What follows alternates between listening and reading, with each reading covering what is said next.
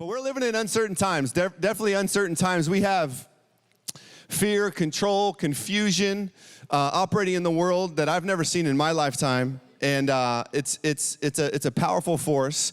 Our freedoms are being challenged. Our rights are being twisted.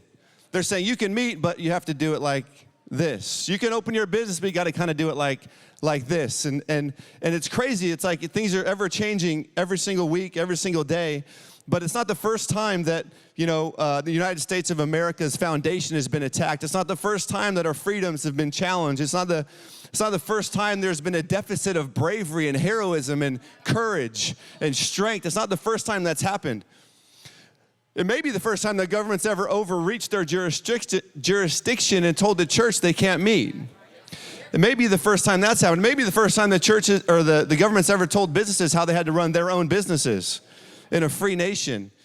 It may be the first time the government's even telling the medical community how to do what they do. Maybe the first time that's ever happened. It's not the first time that Christians, though, have ever stood up and fought with freedom fighters, this anti-Christ spirit and this anti-freedom agenda. It's not the first time that's ever happened.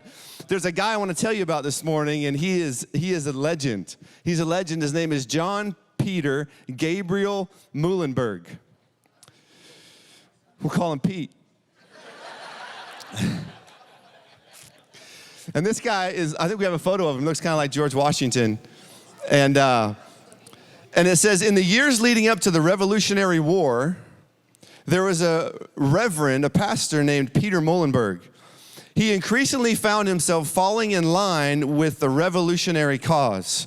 If you're not sure what the revolutionary cause was or the Revolutionary War was about, it was an insurrection by American patriots in the 13 colonies against British rule, resulting in American independence. In other words, if we didn't have patriots willing to put their life on the line, we would not have the United States of America today. We would not enjoy the freedoms that we have today if it wasn't for those patriots back in the 1700s. And so Muhlenberg, obliged to obey the words of Scripture, because he was a pastor, it says clergy were in a unique position during the American Revolution. Many considered the revolution a sinful rebellion and insisted Scripture commanded Christians to obey government authority.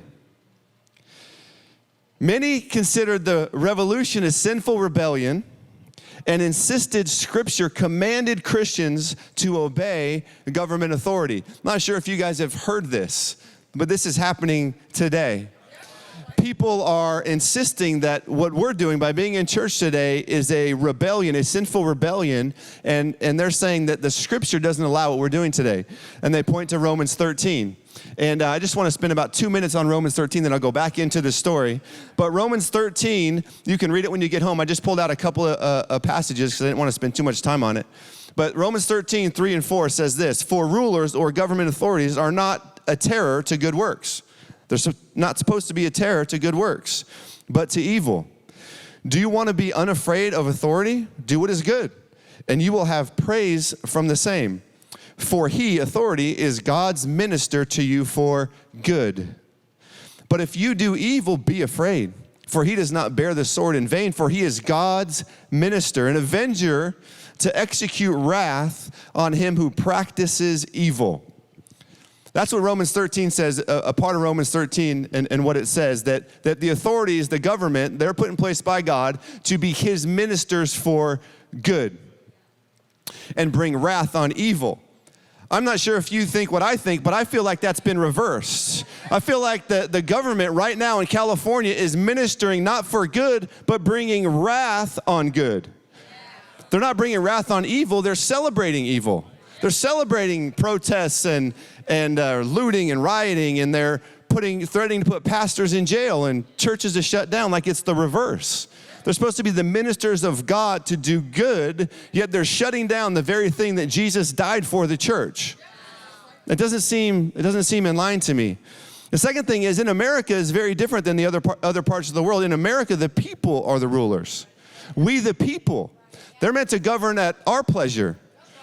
So we need to listen to ourselves. in America, but they've reversed it. So they're manipulating Romans 13. Some people are, and they're saying, you guys can't do this because you're supposed to, stay under authority. What you guys are doing is a sinful rebellion. That's what they told Peter Muhlenberg. Okay, back to the story. Those who were loyal to the crown, Great Britain, and did not seek separation from Great Britain were called loyalists or Tories. Other clergy, awakened clergy, however, insisted they had a God-given duty to take up arms and fight against British tyranny. These clergy often drew from Old Testament passages to back up their claims. Now, there's plenty of New Testament passages. If you want one, read Acts 5. By 1776, Declaration of Independence, after becoming a follower of Patrick Henry, Peter became convinced it was time to fight. So Reverend Peter stood in front of his congregation and delivered a message that ended with Ecclesiastes 3. And I'm going to read you a little bit of Ecclesiastes 3, and then I'm going to finish the story. Ecclesiastes 3 says, "To everything there is a season, a time for every purpose under heaven. A time to be born, a time to die, a time to plant, a time to pluck what is planted, a time to kill, a time to heal, a time to break down, a time to build up, a time to weep, a time to laugh, a time to mourn, a time to dance. A time to tear, a time to sow, a time to sow. A time to keep silence, and a time to speak." I think it's a time to speak. I think it's time for the silent majority to get louder. Not be so silent anymore. It's not time for the church to be silent. It's time for us to get loud. Pastor Leanne says this: when the church loses its voice, the world loses its conscience. It's time to speak. A time to love, a time to hate, a time of war, and a time of peace. Peter Muhlenberg closed his message by saying this: in the language of the Holy Writ, there is a time for all things.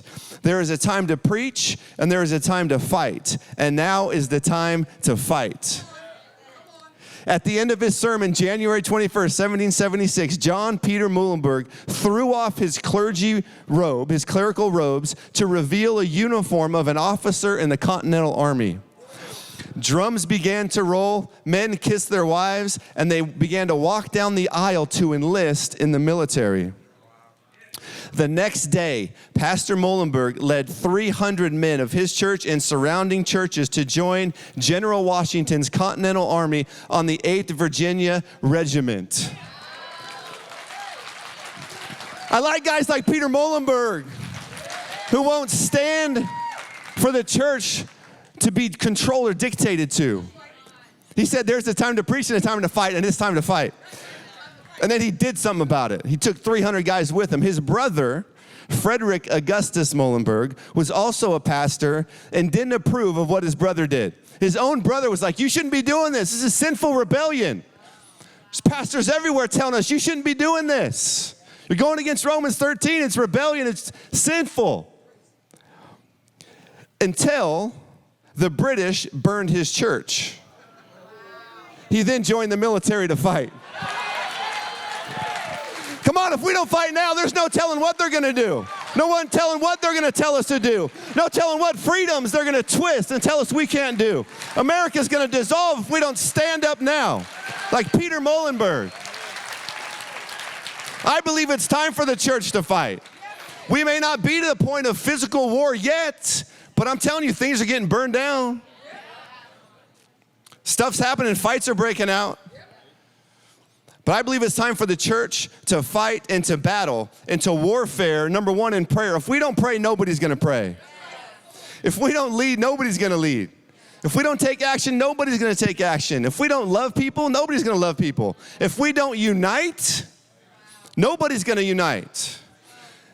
The church is not buildings, it's you. And I believe it's time for the church to unite and to fight. And here's the deal. You could have been born at any time in history, but you were born right here and right now for such a time as this. You were born during this season for a specific reason. And I believe it's to stand with us and fight and defend the freedoms that came from God, not from anybody else. That came from God. God has appointed you for this season. You may not think so, but you're a winner. You're an overcomer. You got God on the inside of you. You can do this. You can win, but we cannot be weak. We are free people, and we need to act like free people. We need to act like free people. Matthew 11:12 says this, and from the time John the Baptist began preaching until now, the kingdom of heaven has been forcefully advancing, and violent people are attacking it. The church doesn't grow with weakness.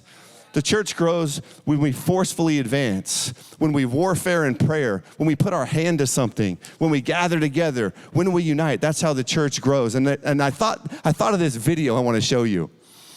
And the video, to me, encapsulates where we are today, and it fired me up, so I want to show you real quick.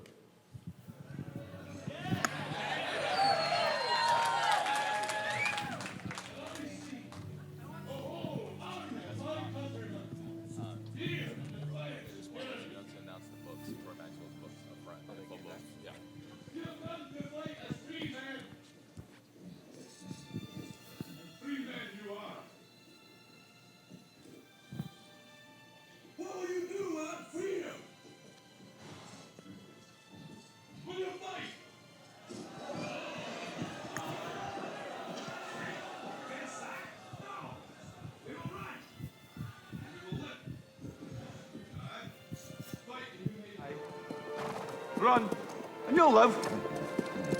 At least a while. And dying in your beds many years from now, would you be willing to trade all the days from this day to that for one chance, just one chance, to come back here and tell our enemies that they may take our lives, but they'll never take our freedom!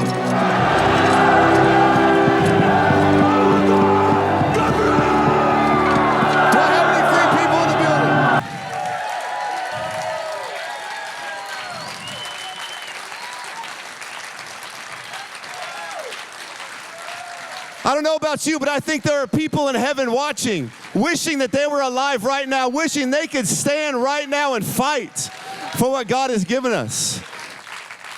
I think there are people going, man, I wish that was me down there. And we have people down here going, man, I wish I was already in heaven. Or I wish God would come back. Man, that's not Awaken Church. I don't want to be the people on my deathbed. Or I don't want to get older and have my kids say, man, what were you doing during the pandemic? When they were trying to shut everything down and take away religious liberty, what were you doing? I don't want to be the guy that says, sorry, son, I was curled up in my back seat of my car by myself with my mask on.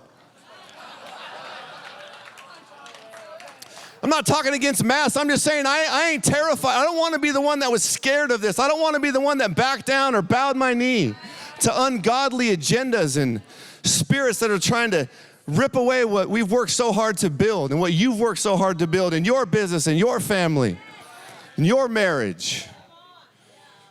People say, why are you guys so into politics?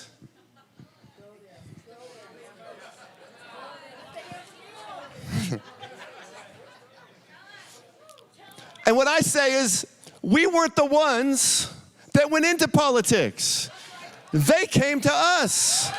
They brought the fight to us.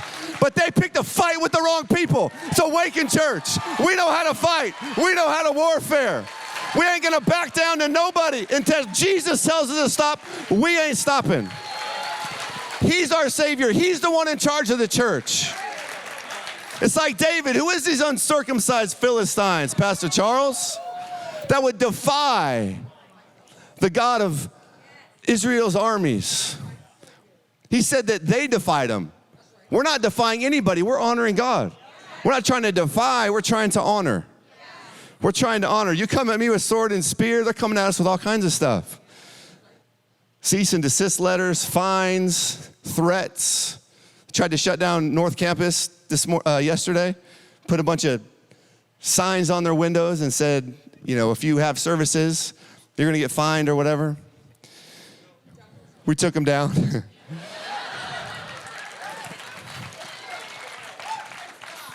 I come at you in the name of the Lord of hosts, the Lord of heaven's armies.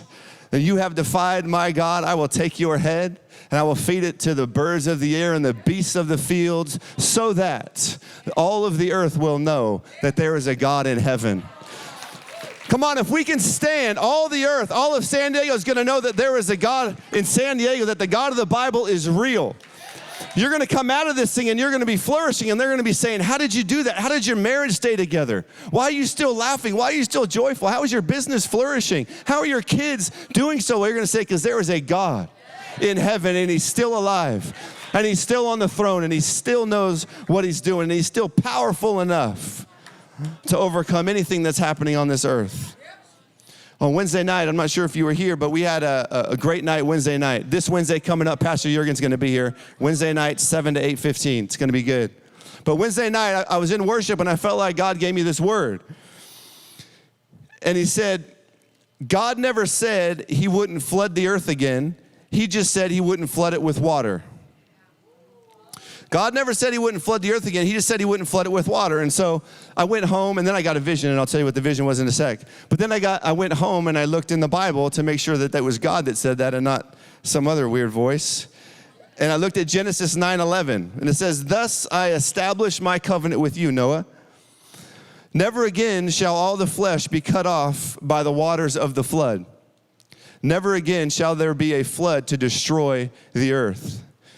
Verse 13 said, I set my rainbow in the cloud, and it shall be for the sign of the covenant between me and the earth. I like how God says it's my rainbow. There's an agenda trying to steal the rainbow, but it's God's rainbow. It's God's rainbow. I know I'm hitting things that's probably making some people mad today. Don't worry, I'll never preach this message again. He said, there will never be a flood again to destroy the earth. So God said there will never be a flood to destroy the earth, but he never said he wouldn't send a flood to restore the earth. And I believe that you are that flood. I believe the people of Awakened Church, Christians all around the world, are that flood that is meant to restore the earth. And I saw this vision, kind of like my boy William Wallace, where all the Scots were just running onto the battlefield like a sea of soldiers and a sea of people. Because Jesus says, go into all the earth and make disciples of everybody. It was like this flood of people were flooding the earth. And I remembered the scripture in Isaiah 59:19. And it says, so shall they fear the name of the Lord from the west. My Bible says the west coast, because the west coast is the best coast. And his glory from the rising of the sun. When the enemy comes in like a flood, the Spirit of the Lord will lift up a standard against him. And I love that verse. And I want to teach you something that I've learned over the last few years. And the outcome of the verse is, or the verse is going to change a little bit, but the outcome's the same. So if you disagree with me, the outcome's the same, so it's okay. But over the last few years, I've heard many preachers and theologians that are much smarter than me talk about the original Hebrew language and how this verse wasn't necessarily translated correctly punctuation-wise. And they said that punctuation in the Hebrew language, that they didn't have it. They said that they just had sentences, and they had structures of sentences based on like where the subject's supposed to go, where the adjective is supposed to go, where the verb's supposed to go, where the noun's supposed to go. And that's how they structured their sentences, but didn't have punctuation. The people that wrote the Bible, that translated the Bible, put in punctuation for you and I to understand it better, put in gaps and things. There weren't verses, the translators put all that stuff in. And so I came to realize that after even researching it this week, that I found more people for what I'm about to tell you than against what I'm about to tell you. And so it, to me, resonates on who I believe the character of God is. And so I'm going to read the verse again to you, but I'm just going to move a comma. It says, so shall they fear the name of the Lord from the west, and his glory from the rising of the sun. When the enemy comes in, like a flood, the Spirit of the Lord will lift up a standard against him. It used to say when the enemy comes in like a flood, but we moved the comma, and now it says when the enemy comes in like a flood, the Spirit of the Lord is going to come and lift up a standard against him. I believe that God is like a flood. The title of my message is Like a Flood. Somebody say like a flood. Like a flood. Sometimes it feels like the enemy is coming in like a flood, but we just got to move the comma. We just got to move the comma and line it up with the will of God and with the character of God, because God is the one that's bringing the flood, not the enemy. The reason I know this and think this is because God is always on offense. He's the beginning and the end. He's the first and the last, the Alpha and the Omega. He knows what the next play is. The difference between offense and defense is offense knows the next play. Defense can guess, but they don't know the next play unless you're the Patriots and you cheat. But they don't know the next play. They don't know the next play. Offense knows the next play. Offense knows the next play. God is not intimidated, nor is he surprised by what's happening in the earth. He knows the beginning from the end. And I want to be the one surfing on the flood, on the front lines of the flood in San Diego. The enemy has come in, but God is the one sending the flood.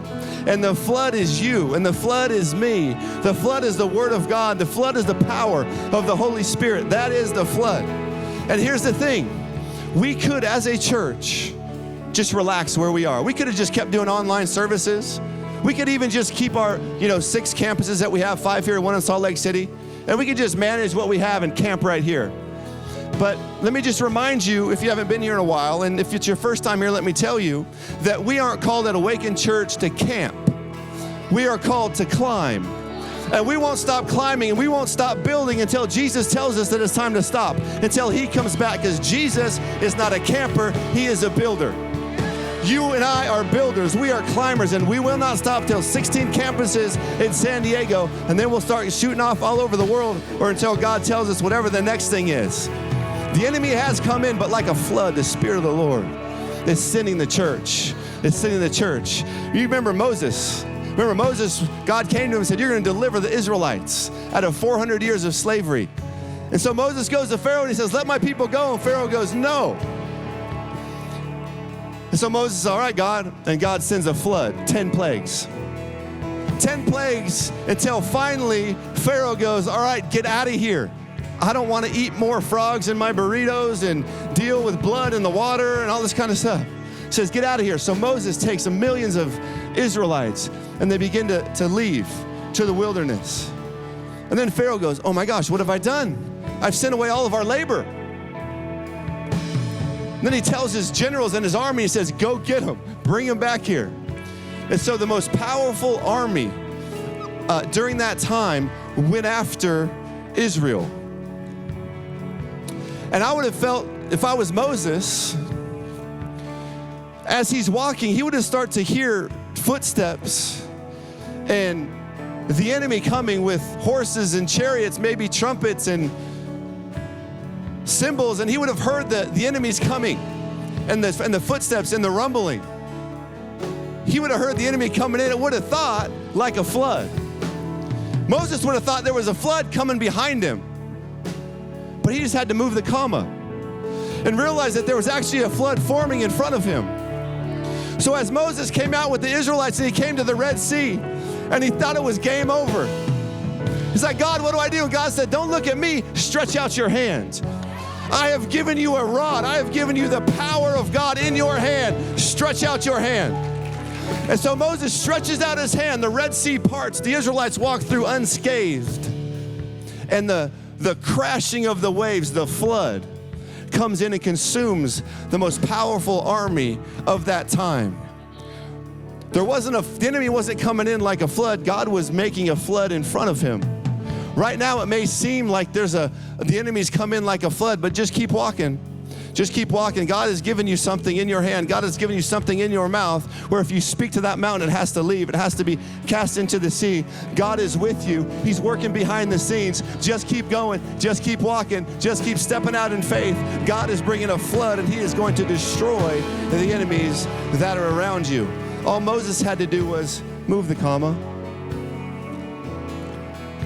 Nahum 1:7-8. I'm just going to continue to prove this theory with you. Some of you didn't know Nahum was in the Bible. I kind of forgot too. The Lord is good, a strong refuge when trouble comes. He is close to those who trust in him. He's close.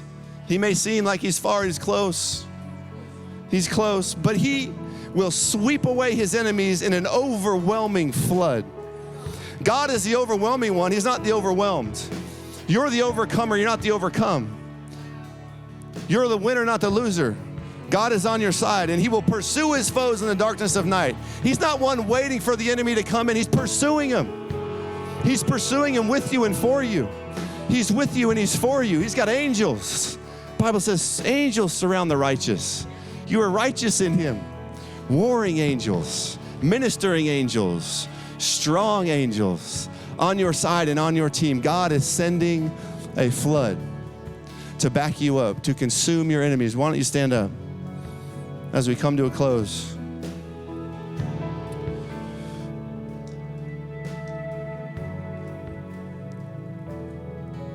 There's a story in the Bible, and I believe that this is how we have to be right now during this time. Luke 5:12-13 said, and it happened when he was in a certain city that, behold, a man who was full of leprosy saw Jesus. So Jesus just walking down the street, and there was a man full of leprosy, but he saw Jesus. In the midst of his leprosy, he was still able to see Jesus. The enemy wants to blind you with sickness. He wants to blind you with tragedy. He wants to blind you with fear so that you can't see Jesus anymore, because if you can see Jesus, you will see hope. You will get filled with faith. So right now, the devil's trying to bring fear around you, trying to bring anxiety around you, doubt around you, so you can't see Jesus anymore. But this man of leprosy, I like him because he still saw Jesus despite the leprosy. And in this time, a leprous man or woman was considered very unclean. And so they would have had to wear torn clothes, messed up hair, and yelled, unclean, unclean, as people walked by, so people knew that they had leprosy, and no one would ever touch them for fear that whatever was on them would get on them. But Jesus walks by and he goes, Jesus, Jesus, because he had heard about the miracle working Jesus, and he said, if you are willing, will you make me clean? And I love Jesus because he didn't just say, be healed. It's easy sometimes to just talk. It's easy to talk trash on social media. It's easy to yell at different people in the streets. It's easy to just spout off at the mouth. And Jesus could have done that. But the Bible says he goes over to this leprous man, somebody that he should never touch, especially a rabbi. And he goes over to him, and instead of just saying, be healed, the Bible says he reaches out his hand and touches him. And he says, be cleansed. And immediately, this leper is healed, is cleansed. Sometimes taking action is using our voice, using our mouth, not being silent.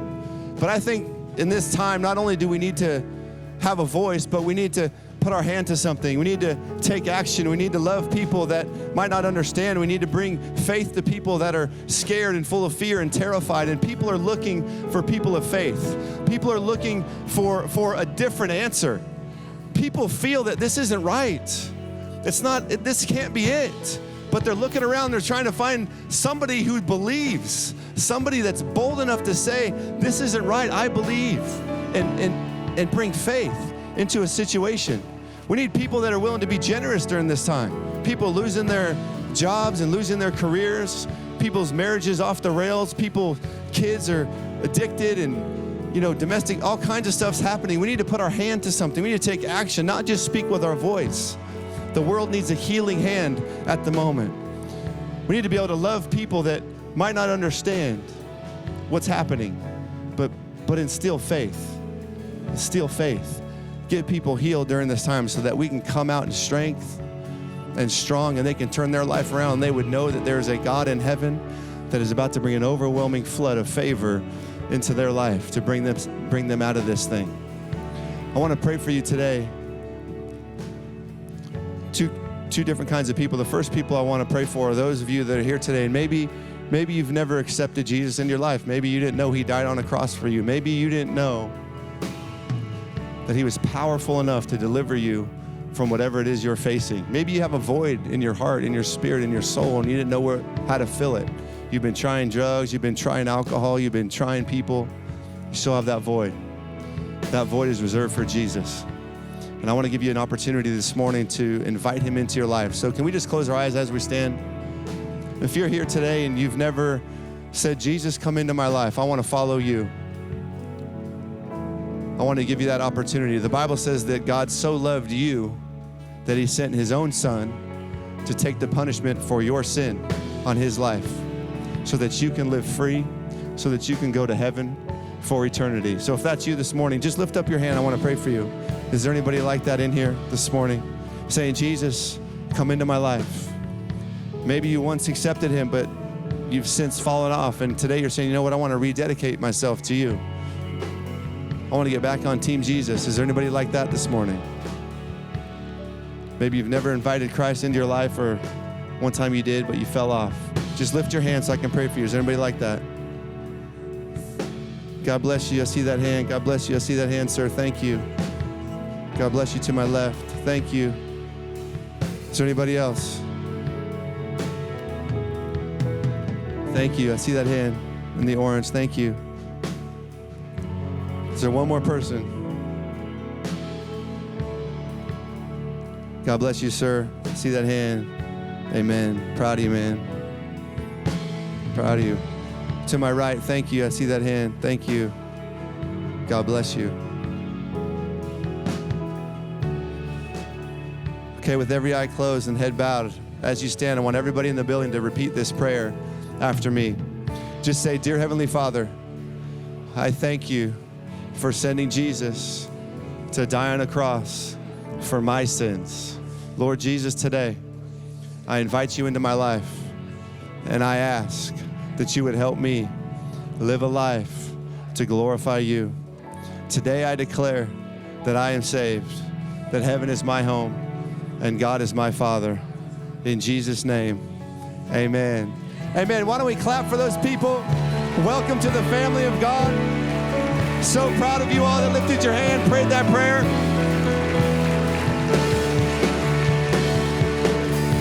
That's why they want the church shut down, because 5 people wouldn't have been in heaven today if we didn't meet.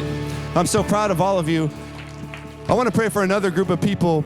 Before I do, I just want to let those people know that just lifted your hand. We have some of our team over here in the response lounge. On your way out, bring a friend, bring a family member. We want to give you a book, a Bible, a book that just says Following Jesus, that'll help you on your journey. And we want to answer any questions that you have and honor that very important decision that you just made. So make sure you stop by there.